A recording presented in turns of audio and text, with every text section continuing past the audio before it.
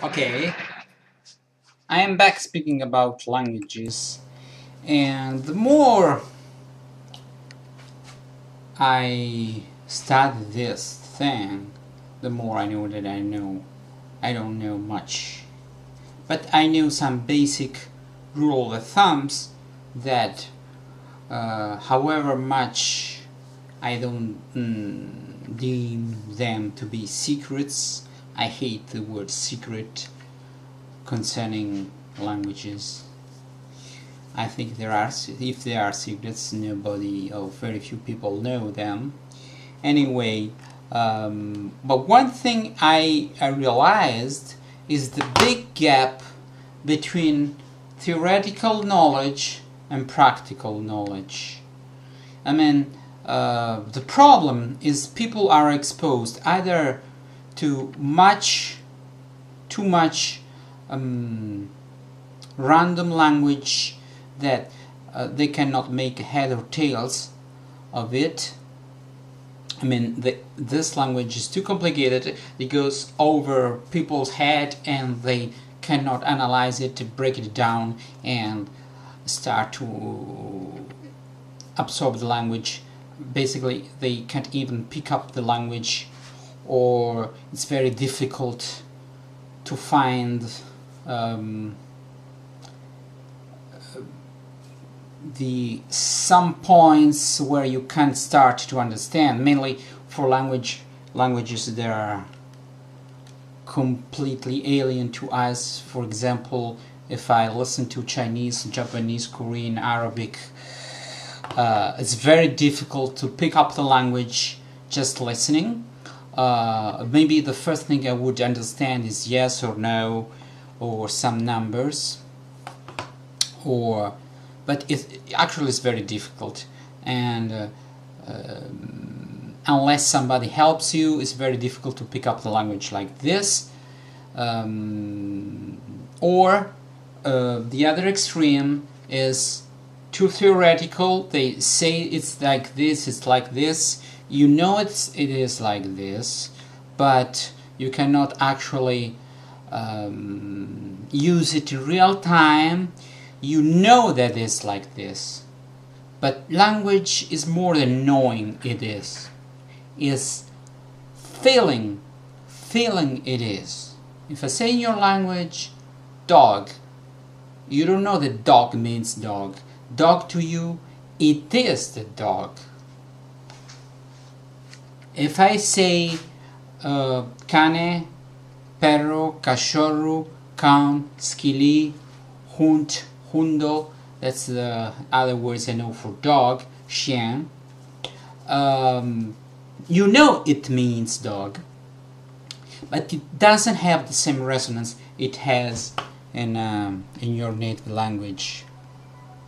Many people think, okay, it's not your native language, they will never have. I disagree.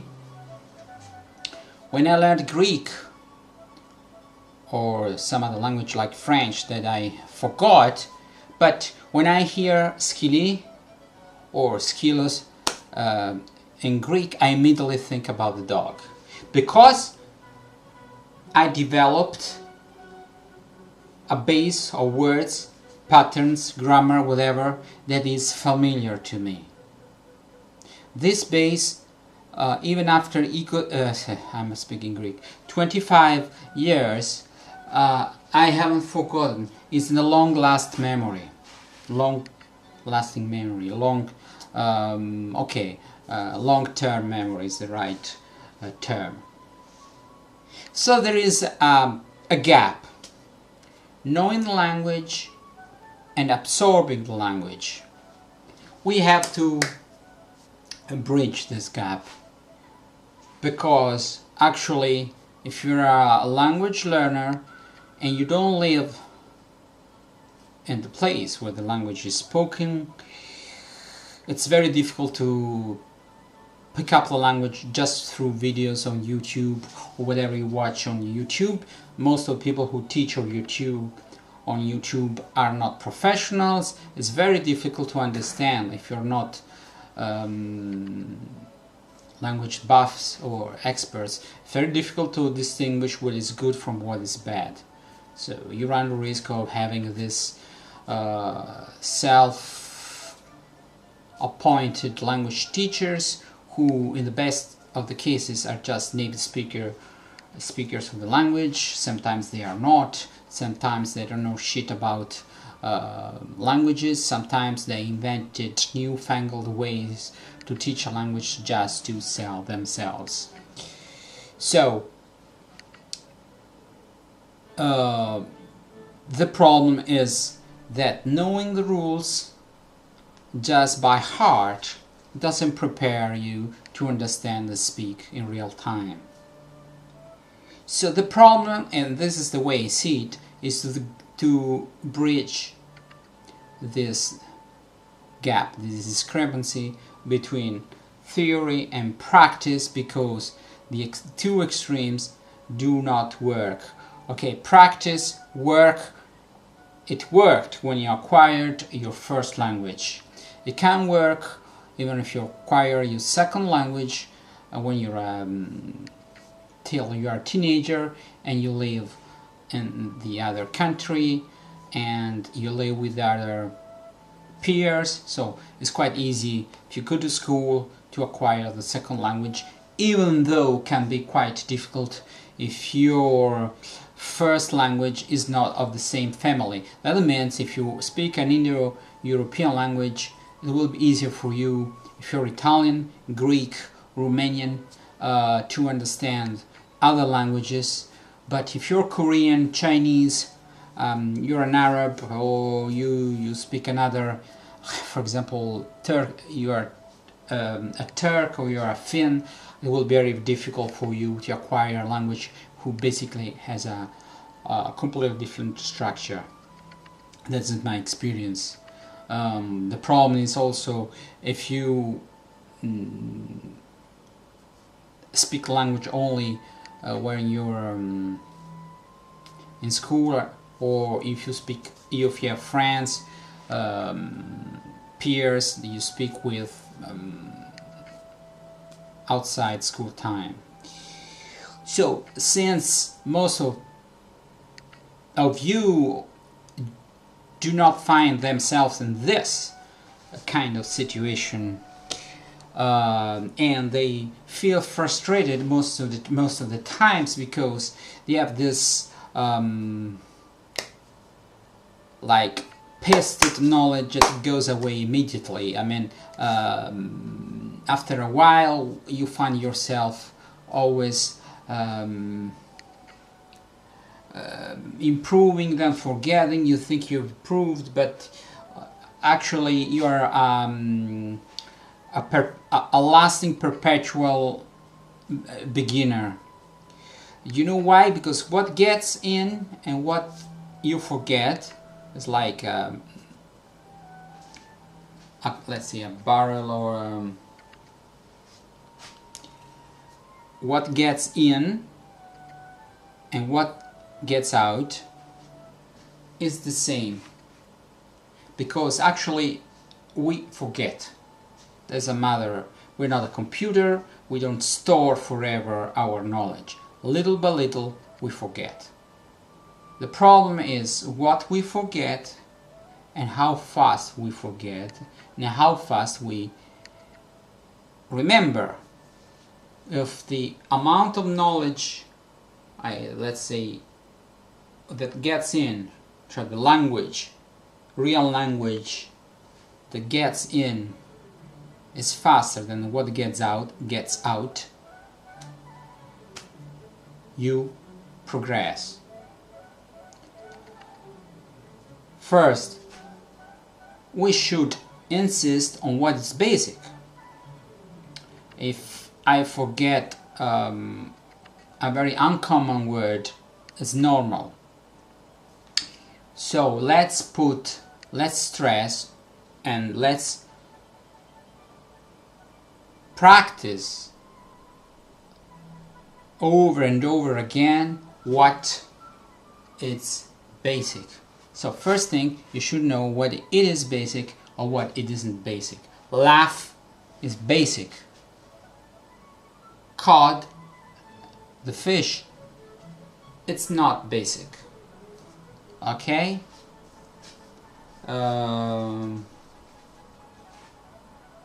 Obliterate is not basic. Stamp, it's more. It's not basic, but it's more common. So, if you learn basic words, grammar words like the verb, phrasal, modal verbs, auxiliary verb, prepositions, pronouns, possessive pronouns, adjective pronouns, these are grammar words that are set in various positions and very often in the flow of the language, and if you miss out a word, a noun, okay, you keep on understanding. If you really don't understand grammar words and other basic words, you just lose track of what's going on and you get lost. If you don't get lost, you're more likely to listen to the language because it's not difficult for you, it's not a chore, let's say, and you understand the words in a context. So that engenders a virtuous circle. So the first thing to do is, as soon as possible, learn basics words store them in long-term memory, and in order to do that you have to review oftentimes and listen to them and have access to a language that is geared towards your level. Otherwise you don't understand. You should have a language you can break down and understand concerning the speed and the language. You should have language that you understand most of them, but there is a space, something you don't understand, and there the learning happens.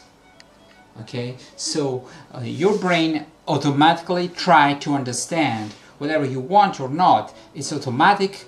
It happened when you will learn the first language, and it will happen again. The more that's my, and I'm thinking now, I mean, I don't say this is a scientific thing, but I think the more you do that, the more it comes easy to you to gather, infer the meaning of words, because you have been doing that before. Obviously, this is a process by trial and error. It means many times we gather the meaning, it's not the right meaning, but we hone the meaning of the word, having listening to this word several times. If you heard the word and you try to understand, you become conscious of the existence of this word. So when you hear in the flux of the language, in the flow of the language, you recognize the word. Okay, and maybe your brain is alerted. Okay, this word I heard it other times, and little by little all the coordinates locate, triangulate the real meaning of the word in several contexts. This is absorbing the language rather than actually actively learning. Or maybe you are actively learned in the way you put yourself in the situation, in a controlled situation where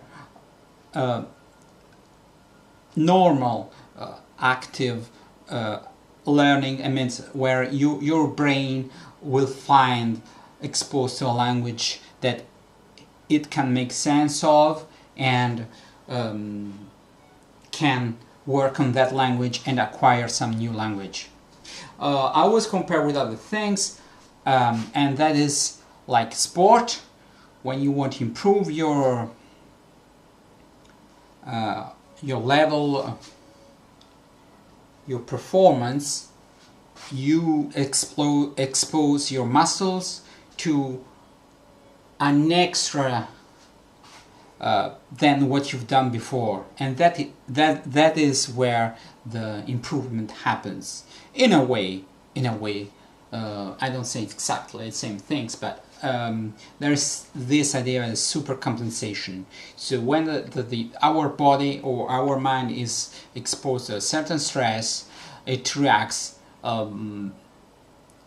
compensating for something more. So if your muscles have been exposed to 10 of stress, they super compensate and they are ready for 11. Okay? So if your mind, every time you expose your mind to a level of difficulty, a little more difficult, your level of the language is going to improve anyway. So expose language to expose your mind to a kind of language that you can decompose, you can break down, you can understand. If there is something new, it's very likely that you can deduce the language, you can assume the meaning, you can make assumptions, and let's not jump to conclusion immediately.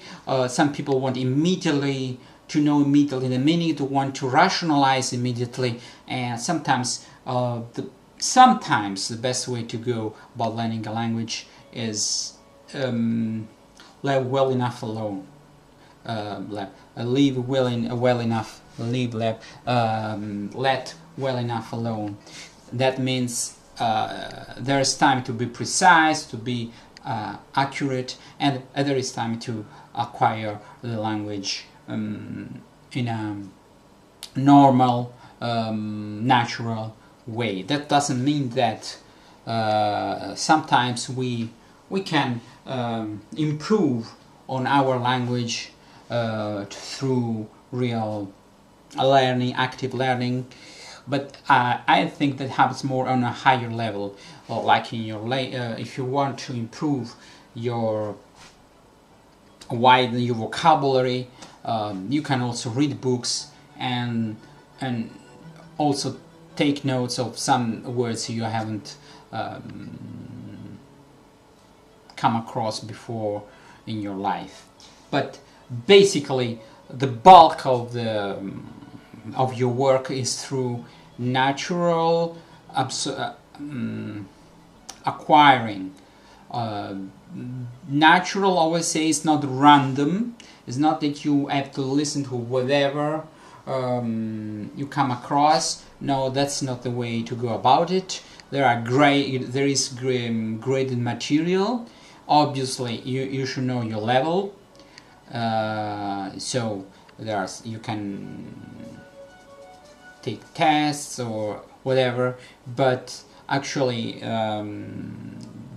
if you understand most of what people say, but not everything, and you feel comfortable and you don't get lost, and but that still is a challenge to you because there are some structures, some words you're not aware of, this is your level. Every time you feel comfortable with your level, move on to the next level. There are so I don't say you don't have to do grammar. You can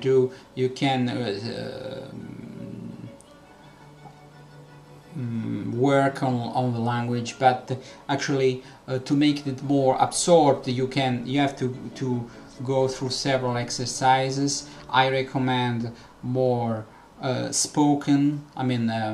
oral exercises, because most of the times you have to speak the language. I know it's not very common. They should have more exercise where you hear the structure in a context with other common words. For example, I said that before, if you practice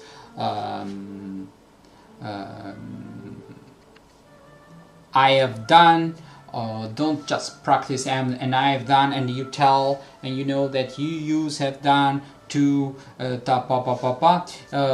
Yes, you can do that. You can have a lot of sentences in a context. I've never done that up to now, implied in my life. I've been listening to this music for 15 minutes. It's a 9:15. I started listening at 9. It's obvious that I've been listening for 15 minutes. It means 15 minutes from 15 minutes ago up to now. Okay? If you say I've heard this, I've watched this movie for 2 hours today. Okay? And then I went to the park. You understand that there is a gap between the end of watching and now. I said I've been watching this movie for 2 hours. It means it's not finished, but I started 2 hours ago. Okay, so context, and then you can do some homework, check if you understood the rule, listen to more sentences, and so you practice also words, pronunciation, and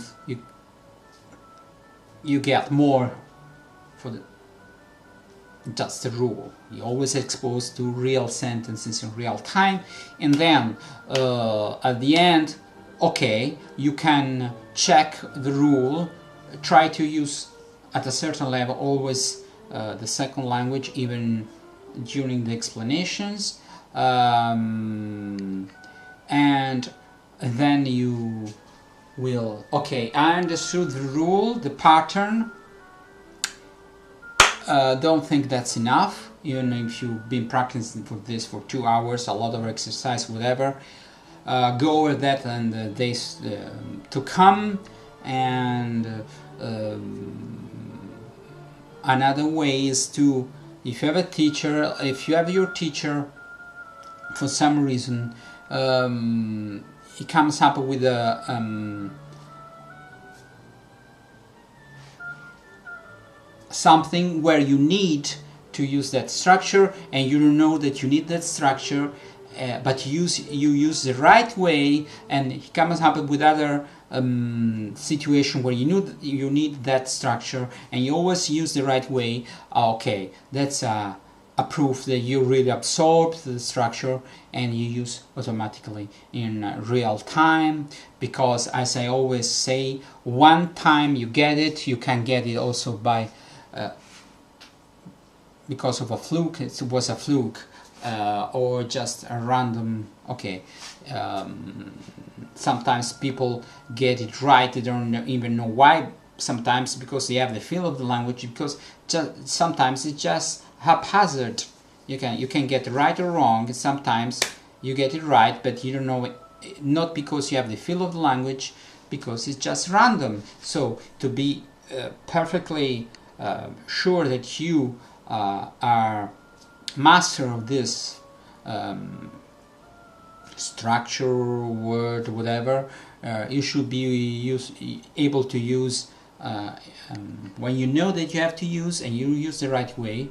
Okay, but in time, after a while, let's check. We use in real time, you recognize the meaning, and we use in real time, and having even forgotten the rule. Because sometimes we learn the rule, and in time we forget the rule.